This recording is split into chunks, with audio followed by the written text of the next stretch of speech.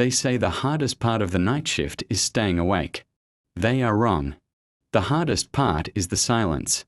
Because in the silence, the mind becomes a predator, hunting for meaning in the dark, and eventually, it finds something. You tell yourself the floorboard creaked because the building is settling. You tell yourself the shadow on the monitor is just a digital artifact. But what do you do when the shadow stops flickering? What do you do when the glitch begins to breathe?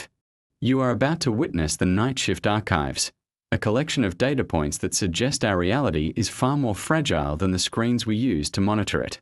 The human brain was never designed to exist in the 3 a.m. window. There is a psychological thinning that happens when the sun is on the other side of the planet. For Leo, a night watchman at the decommissioned Blackwood Medical Research Facility, this thinning became a tear. He was hired to watch 16 screens in a booth that smelled of ozone and old dust. It was supposed to be the easiest money of his life. But by the third night, the screens began to show him things that weren't in the hallways. It started with the staring man. He appeared on camera 7, right at the edge of the perimeter fence. He didn't move. He didn't pace.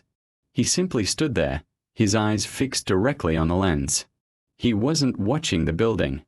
He was watching the person behind the glass. In the digital age, a camera is no longer a shield. It is a bridge. And something was crossing over. As the weeks bled into one another, the isolation began to distort the very geometry of Leo's world. He began to notice that the hallways he patrolled with his flashlight didn't match the blueprints he was given. There were doors on the monitors that didn't exist in the physical walls. He would see figures in lab coats moving through the basement morgue with a jerky, unnatural gait, movement that defied the laws of biology. They moved like corrupted files, frame by frame, skipping through time and space. He reached out to his supervisor, Mr. Thorne, seeking a shred of sanity. But Thorne was only a voice. A cold, clinical resonance that seemed to vibrate not through the headset, but from within Leo's own jawbone. Thorne told him it was ghosting. Thorne told him it was just a remnant of the past bleeding into the present. But Thorne was lying. Thorne was not a supervisor. Thorne was a containment protocol. Leo was not a night watchman. He was a sensor, a human instrument designed to measure the bleed-through. The Blackwood facility wasn't decommissioned. It was quarantined. Years ago, a project codenamed Echo attempted to record and replay memories directly from brain tissue. It worked, but not as intended. Instead of replaying memories, it imprinted them onto the environment itself. The building became a hard drive for the dying thoughts of its patients, and the night shift was the only time the playback was strong enough to be observed. The figures in lab coats weren't ghosts. They were data, residual fragments of consciousness, trapped in a loop. The staring man. He was the first test subject. A man who died staring into the machine, his final moments of terror now permanently etched onto the digital fabric of the surveillance system. Leo began to document everything. He started his own log, separate from the official one. He used his phone to record the monitors, capturing the impossible geometry and the glitching figures.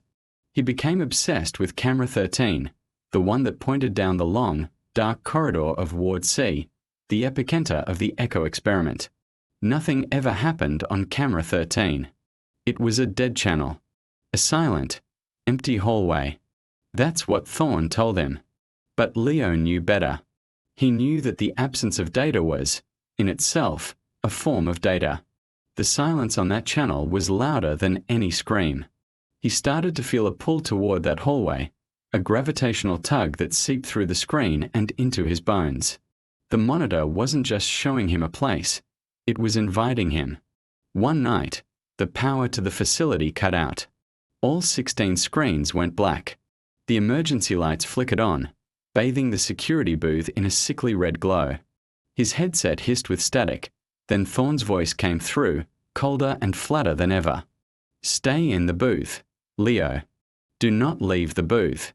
This is a system reboot. Normal procedure. But it wasn't normal. Through the thick security glass of his booth, Leo could see the hallway outside. It was no longer empty. Standing at the far end was a figure, silhouetted against the red emergency light. It was tall and thin, just like the staring man from camera 7. But it wasn't outside the fence anymore. It was inside. And it was walking towards him. Slowly. Deliberately. Each step was perfectly silent. Leo's heart hammered against his ribs. He fumbled for his radio, his fingers slipping on the cold plastic. Thorn, there's someone in the building. In the main corridor. The static on the line intensified. Thorn's voice returned, but it was different. It was layered, distorted, as if multiple voices were speaking at once. The data is corrupting, Leo. The firewall is breached. The system is hungry. The figure in the hall was closer now. Leo could make out the faint outline of a face, but the features were a blur, a smear of digital noise made real. It wasn't just a man. It was an amalgamation of all the fragmented consciousnesses trapped in Blackwood. A living glitch. A ghost in the machine that had finally broken free of its cage. The figure stopped right outside the security booth door. It raised a hand, not to the handle, but to the glass. As its fingers touched the surface, the glass didn't crack. It rippled. Pixels of light spread from the point of contact, the solid pane dissolving into a shimmering digital cascade. The smell of ozone was overpowering now, thick and electric. Thorn's voice was a chaotic symphony of whispers in his ear. It thinks you're a part of the system now, Leo. A new file to be opened. To be read. Leo was frozen, a deer in the headlights of an oncoming digital freight train. He was no longer just a watchman. He was the final log entry in the Nightshift Archives. The boundary between the screen and the world had collapsed, and he was standing at ground zero. The thing that was once the staring man flowed through the dissolved glass like smoke. It had no definite shape, just a writhing mass of shadows and light, filled with the faint, screaming faces of the Echo Project's victims. It didn't reach for Leo. It simply began to envelop him, to merge with him. His vision fractured into 1,000 tiny screens, each one showing a different moment of terror from the building's past.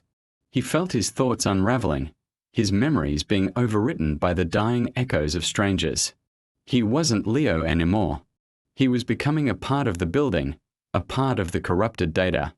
His last conscious thought was not one of fear, but of a strange, chilling understanding. He finally knew why Camera 13 was always empty. It wasn't pointing down a hallway. It was pointing into the system's core, a place where data goes to be erased. The next morning, a new night watchman arrived for his briefing. He was met by Mr. Thorn, who was, for the first time, present in person. Thorn handed him the keys and a logbook. "Easiest money you'll ever make," Thorn said, his voice a perfect, clinical monotone. "Just watch the screens. And whatever you do, don't pay any attention to the new camera feed. Camera 17. The system's just running a diagnostic." The new watchman sat down in the booth. He looked up at the bank of monitors. 16 of them were active, showing the silent, empty hallways of Blackwood. And then there was a 17th screen, newly installed. It showed the interior of the security booth itself. It showed the back of his own head. And standing behind him, just out of focus, was a tall, thin shadow. Its eyes fixed directly on the lens. The recording had begun again. Thank you for watching.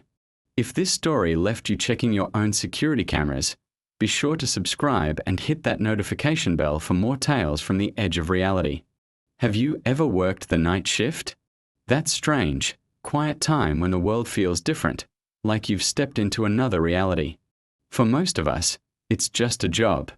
But for a security guard named Leo, his new post at a remote, windowless facility was the beginning of an end he could never have imagined. This is the story of the Nightshift Archives, a tale pieced together from recovered footage and audio logs, a chilling descent into a place where reality itself is up for grabs. Leo's job was simple: sit in a booth, watch a bank of monitors, and make sure nothing went wrong. The facility was supposedly a medical research center, but it was always empty. The hallways were sterile, the labs were dark, and the only company he had was the crackle of the radio and the disembodied voice of his supervisor, Thorne, who would call in at random hours with cryptic instructions. Just watch the feeds, Leo. Don't worry about what you think you see. Easy enough, right? But the longer Leo stared into the blue glow of the screens, the more he felt like something was staring back.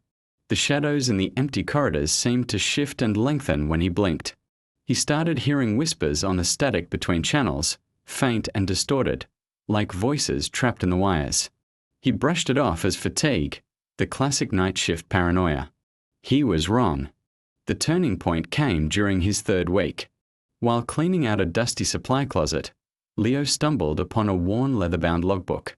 It belonged to the guard who had worked the post before him. He expected to find routine entries, records of security checks, maybe a few complaints about the long hours. But what he found was something else entirely. It wasn't a logbook. It was a testament to a mind coming undone. Page after page, 40 pages to be exact, were filled with a single, frantic sentence, scrawled over and over in black ink. The writing became more desperate, more jagged, until the pen had clearly run dry. Then, the writer had started scratching the words into the paper with his own fingernails. The sentence read, "He isn't watching the camera. He's using it to get inside." A cold dread washed over Leo. He flipped to the last page, where a final, barely legible note was smeared in what looked like dried blood. It said, "Don't look at yourself." Leo's heart pounded against his ribs. He looked up at the monitors, at the endless, empty hallways. He's using it to get inside. What did that mean? Who was he? Was it Thorne, the voice on the radio? Or was it something else? Something in the cameras themselves? It was then that a horrifying realization dawned on him. This place wasn't a research center for medicine. It was a processing plant. But it wasn't processing chemicals or data. It was processing human perception. From that night on, everything changed. The whispers grew louder, clearer. They started calling his name. The shadows in the monitors no longer just moved. They took on shapes, fleeting figures that would disappear the moment he focused on them. He started feeling a strange lightness, a sense of disconnection from his own body. He looked at his hands and they seemed less solid, fainter. The longer he was bathed in the blue light of the monitors, the more transparent he felt he was becoming. He tried to write an email to his mother, an email he would never send. He described a feeling of being erased, as if his very skin were turning into the same grey static that filled the empty channels on his desk. He was becoming part of the signal. He tried to quit. He called Thorne and told him he couldn't do it anymore. Thorne's voice came back, calm and unnervingly patient. "It's too late for that, Leo. You're part of the system now. You've seen too much. The only way out is through." Leo slammed the receiver down, his hand shaking. He looked at his reflection in a dark monitor. For a split second, his face flickered, replaced by a storm of digital noise. He was trapped. The facility, which he had seen as a workplace, was now clearly a prison. And the cameras weren't for looking out, they were for looking in. This brings us to the final hour of the Nightshift Archives, the last recovered footage. What happens next is difficult to describe, and even more difficult to watch. Leo is back in the security booth, his face pale and gaunt. But the monitors have changed. They are no longer showing the empty hallways of the facility. Every single screen, from the largest to the smallest, is now showing a live feed of the booth itself from dozens of different angles. It was a digital cage, and he was the exhibit. On the screens, Leo could see himself sitting in his chair. But his digital self, the one on the monitors, was not still. It was screaming. It was clawing at its own throat, writhing in a silent, pixelated loop of pure agony. The real Leo, the one made of flesh and blood, sat there, completely paralyzed. He was forced to watch his own death, happening over and over again in a future that had already been recorded and was now playing out for an audience of none. He tried to stand, to run, but his limbs wouldn't obey. He tried to scream, but no sound came out. The door to the booth, his only exit, was sealed shut. It refused to budge. Then, outside the reinforced glass of the booth, a figure appeared. It was Thorne. But this was not the man whose voice had been Leo's only companion for months. This was a physical horror. His skin was the color of a dead television channel, a swirling grey static. His jaw was unhinged, hanging impossibly low, down to his chest. And where his throat should have been, there was only a writhing nest of flickering fiber-optic cables, glowing with a sickly blue light. Thorne didn't speak with his mouth. The voice came from everywhere at once. It poured out of the monitors, crackled through Leo's headset, and seemed to vibrate in the very air of the sealed room. "The sun isn't coming back, Leo," the voice echoed, a chorus of distorted signals. "There is no morning. The night shift is permanent." Thorne raised a hand, and his fingers weren't fingers. They were frayed wires, sparking with data. He pressed his palm against the glass, and the image on the monitors intensified, Leo's digital self screaming louder, tearing itself apart with more ferocity. Leo's final recording is not a video, but a whispered audio confession found on a corrupted file. His voice is weak, filled with a strange, hollow resonance. He says he can see the pixels in his own hands. He says he can feel himself being compressed, his memories being reformatted, re-indexed, and turned into metadata. His soul, he whispers, is being uploaded into a system that never sleeps and never, ever forgets. His last words are a single, drawn-out hum of static, the sound of a man being erased from existence. When the authorities finally breached the facility months later, responding to a silent alarm that had been triggered for weeks, they found the security booth locked from the inside. There was no sign of a struggle. There was no body. There was nothing to suggest a person had been there at all, except for a single detail. On the console, where the monitors once sat, was a stack of hard drives. They were fused together, melted into the desk by a heat so intense it had warped the metal. They were still hot to the touch. The Nightshift Archives were all that remained of Leo. A collection of digital ghosts, a warning from a place. The Nightshift Archives. Case File 33. The subject's name is Leo. Or, at least, it was. When he first took the job, the late-night security gig at the abandoned research facility seemed perfect. Quiet, isolated, and with only one rule: never, ever turn off the monitors. His supervisor, a disembodied voice named Thorne who only ever called on a dedicated line, was adamant about it. The first few weeks were uneventful, a blur of grainy footage showing empty, sterile hallways. The only sound was the low hum of the servers and Thorne's nightly check-in calls, always asking the same strange question: "Anything unusual to report on the feeds, Leo? Any distortions?" Leo started noticing them around week 3. A flicker in the corner of a screen. A shadow that seemed to stretch just a little too long. He'd rewind the tape, but there would be nothing there. He dismissed it as fatigue, the toll of the endless nights spent staring at the cold, blue light of the monitors. But the distortions became more frequent, more personal. He'd see a fleeting image of his childhood home in a corridor, or the face of his ex-girlfriend reflected in a blank screen. He mentioned it to Thorne, who simply replied, "That's normal. The system is just calibrating to your presence. Keep watching." But Leo's unease grew into a gnawing dread. The facility felt less like an empty building and more like a waiting predator. He began to explore during his downtime, a direct violation of Thorne's orders. He was looking for answers, for anything that could explain the creeping sense of wrongness. That's when he found it, tucked away in a dusty supply closet. It was a logbook, belonging to the guard who held the post before him. The first few pages were standard security entries, but then the handwriting changed.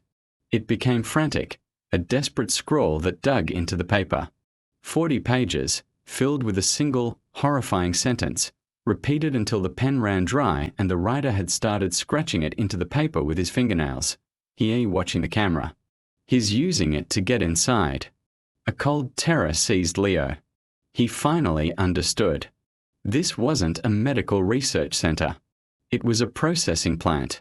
Not for data, but for human perception. Thorne's calls were not check-ins, they were probes. The monitors weren't for surveillance, they were a medium. The longer he bathed in their blue glow, the more he felt himself fading. He wrote a desperate, unsent email to his mother, trying to describe the feeling of being erased, as if his own skin were dissolving into the same grey static that filled the empty channels on his desk. He was becoming transparent, a ghost in his own life. The final hour of the Nightshift Archives is where the footage becomes nearly impossible to comprehend. Leo is back in his security booth, his face pale and gaunt. But the monitors are no longer showing the empty hallways. Every single screen, all 12 of them, is now showing a live feed of the booth itself, each from a slightly different angle. They are watching him. In the videos, his digital self, his recorded self, is trapped in a silent, pixelated loop of agony. He's screaming, clawing at his own throat, over and over. But the real Leo, the flesh and blood Leo, just sits there in his chair, paralyzed, watching his own death happen in a future that has already been recorded and is now playing back for him. He tried to run. He slammed his body against the reinforced door, the only exit, but it wouldn't budge. It was sealed. That's when a figure appeared outside the booth's window, emerging from the deep shadows of the corridor. It was Thorne. But this wasn't the calm, disembodied voice from a phone. This was a physical horror. The man's skin had the texture and color of a dead television channel, a swirling vortex of grey and white noise.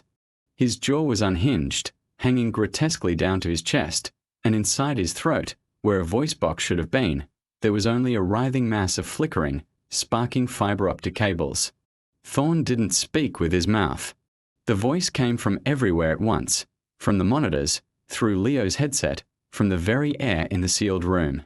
It was the same calm, collected voice from the phone, but now it was layered with the crackle of static and the hum of immense power. He told Leo that the sun wasn't coming back. Not for him. The night shift was permanent. This facility, this system, was the new reality. Leo's final recording, captured by the booth's own microphone, is a whispered, broken confession. He says he can see the pixels in his own hands. He says he can feel himself being compressed, his memories being reformatted into metadata, his soul being uploaded into a server that never sleeps and never, ever forgets. When the authorities finally breached the facility months later, responding to a silent alarm that had been triggered for weeks, they found the security booth locked from the inside. There was no sign of Leo. No sign of a struggle, no blood, no body. The only thing they found was a stack of computer hard drives on the desk, still glowing with a faint internal light. They were so hot they had partially melted into the desk itself, fusing into a single, inscrutable block of blackened plastic and metal. The final entry in the official report simply states subject missing, presumed, archived. But here is the truth they don't want you to consider. The staring man and the dissonance didn't die when the building was torn down. They don't need a physical location anymore. They moved. They moved into the infrastructure of our daily lives. They are in the smart cameras in your doorbell. They are in the lens of your laptop. They are in the screen you are holding right now. You think you are watching a documentary about a missing man. You think you are safe because you are the observer. But remember what Leo found in that logbook. The camera is a bridge. By watching this, by leaning in to see the details and the static, you have opened the door. You have spent an hour staring into the void, and the void has spent an hour mapping your face. The twist isn't that Leo disappeared. The twist is that Leo is still here. He is the grain in the video. He is the hum in your headphones. And now, he is the reason you feel that sudden, cold prickle on the back of your neck. The night shift doesn't end when the video stops. It only begins. If you hear a tapping on your window tonight, or if you see a shadow in your hallway that doesn't match the furniture, do not check the feed. Do not look at the monitor. Because the moment you see them, they have you. If you have made it this far, you are now part of the archive. You carry the signal. To help us document the spread of the dissonance, Leave a comment below with the exact time you finished this video and whether or not you are currently alone. Subscribe to stay tuned for the next leak from the archives, but be warned, the more you know, the easier you are to find. Turn off your screen. Try to sleep. But whatever you do not look at the eyes in the static. They've been waiting for someone like you.